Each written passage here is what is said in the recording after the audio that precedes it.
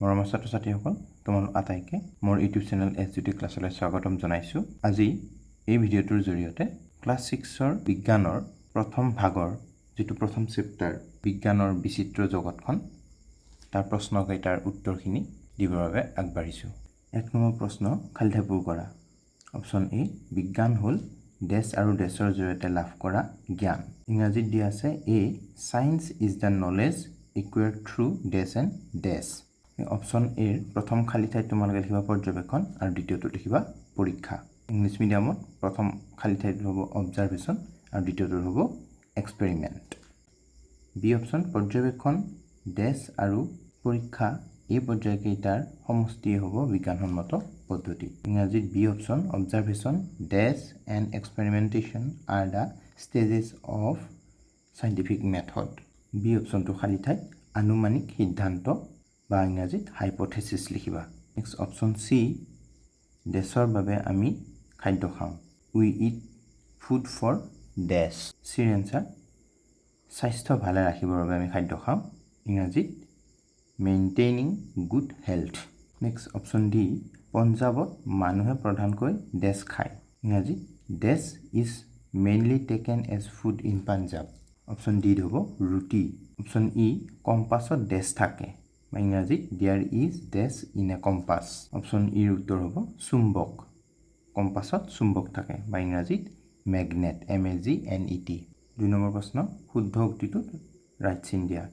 Option A আমি সদায় স্বাস্থ্য ভালে ৰখা খাদ্যহে খাব লাগে। এইটো শুদ্ধ, গতিকে ইয়াতে ৰাইট চিনটো দিবা। নেক্সট বি পানীৰ অবিহনে আমি জীয়াই থাকিব পাৰোঁ। এইটো অশুদ্ধ কথা, আমি জীয়াই থাকিবৰ বাবে পানী লাগিবই আমাক।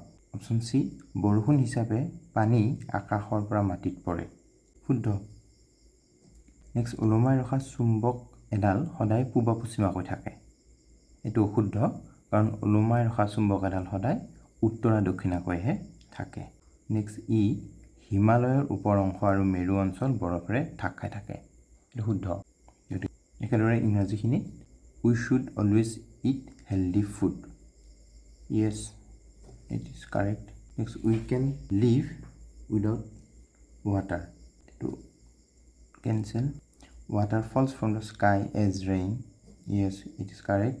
এ suspended magnet always aligns east and west. Not correct. The upper part of Himalayas and the polar region are covered with snow'. It is correct. Next 3 number প্ৰশ্ন চমু উত্তৰ দিয়া। এ মহাকাশচাৰীয়ে মহাকাশত পৃথিৱীখনক কিহৰ নিচিনা দেখে। ইংৰাজীত 3 নম্বৰ এইটো how does our earth look like from space.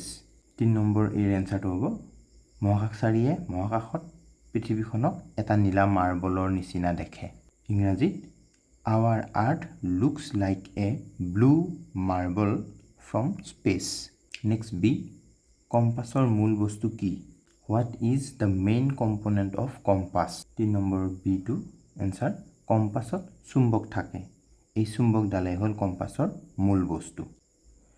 বা ইংলিছ মিডিয়ামত the compass contains magnet. This magnet is the main component of compass. Next 3 number C ওলোমাই ৰখা চুম্বক এডাল কোন দিশত মুখ কৰি থাকে। C how does a suspended magnet remain aligned. 3 number C চুম্বক এডাল ওলোমাই ৰাখিলে ইয়াৰ এটা মূৰ উত্তৰ আৰু আনটো মূৰ দক্ষিণ দিশত মুখ কৰি থাকে। ইংলিছ মিডিয়ামত লিখিলে এনচাৰটো a magnet always points north and south when suspended freely. 3 নম্বৰৰ ডি অপশ্যন নাবিকসকলে সাগৰত কিদৰে জাহাজৰ দিশ নিৰ্ণয় কৰে।